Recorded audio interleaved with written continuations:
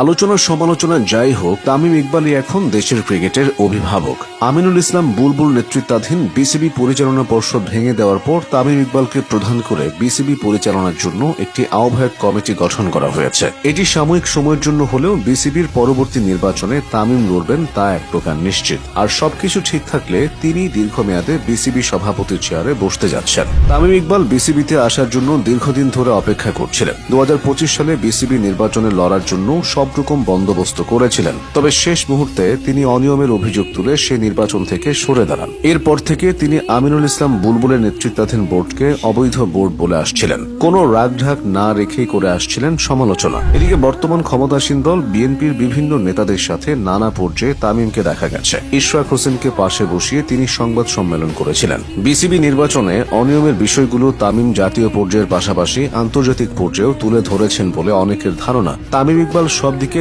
চোখ কান খোলা রেখে এগিয়েছেন। মূলত ক্ষমতার পালাবদলের পর রাজনৈতিক অঙ্গনে তার পদচারণা বেড়েছিল। অন্তর্বর্তী সরকারের প্রথম দিকে ফিরে উপদেষ্টা আসিফ মাহমুদ সজীব ভুঁইয়ার সাথে তাকে দেখা গিয়েছিল বিসিবিতে।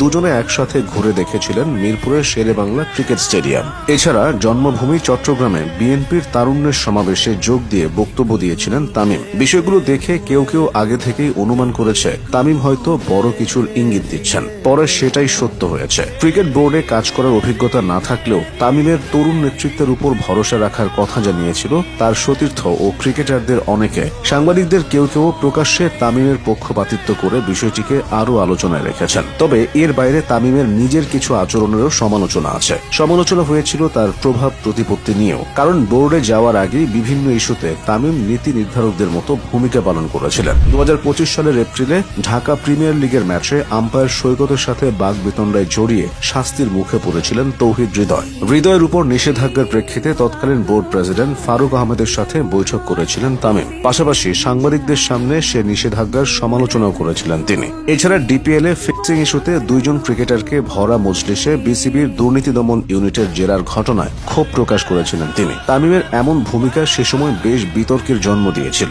এরপর সাবেক বোর্ড প্রেসিডেন্ট ফারুক আহমেদের সাথে তার দ্বন্দ্বের বিষয়টি প্রকাশ্যে আসে। বিসিবির একটি উচ্চ পর্যায়ের বৈঠকে দুজনের উত্তপ্ত বাক্য বিনিময় হয়েছিল বলেও খবর প্রকাশিত হয়েছিল গণমাধ্যমে। খেলোয়াড়ি জীবন শেষ হলেও তামিম এভাবেই ক্রিকেট আঙ্গনে সরব থেকেছেন। তামিম ইকবালের চাচা আকরাম খানও দীর্ঘদিন ধরে ক্রিকেট বোর্ডের সাথে যুক্ত। বলতে গেলে খান পরিবারের সাথে ক্রিকেট ও ক্রিকেট বোর্ডের সখ্যতা আত্মার আত্মীয়ের মতো। তামিমকেও এই পদে দেখতে চাওয়া মানুষের সংখ্যাটা কম ছিল না। দলের নেতৃত্বের অভিজ্ঞতা, মাঠের কৌশলগত জ্ঞান এবং আন্তর্জাতিক ক্রিকেটে অর্জিত খ্যাতি তাকে বোর্ড প্রেসিডেন্টের জন্য অন্যতম প্রার্থী হিসেবে দাঁড় করিয়েছিল। খেলোয়াড়দের মধ্যে তার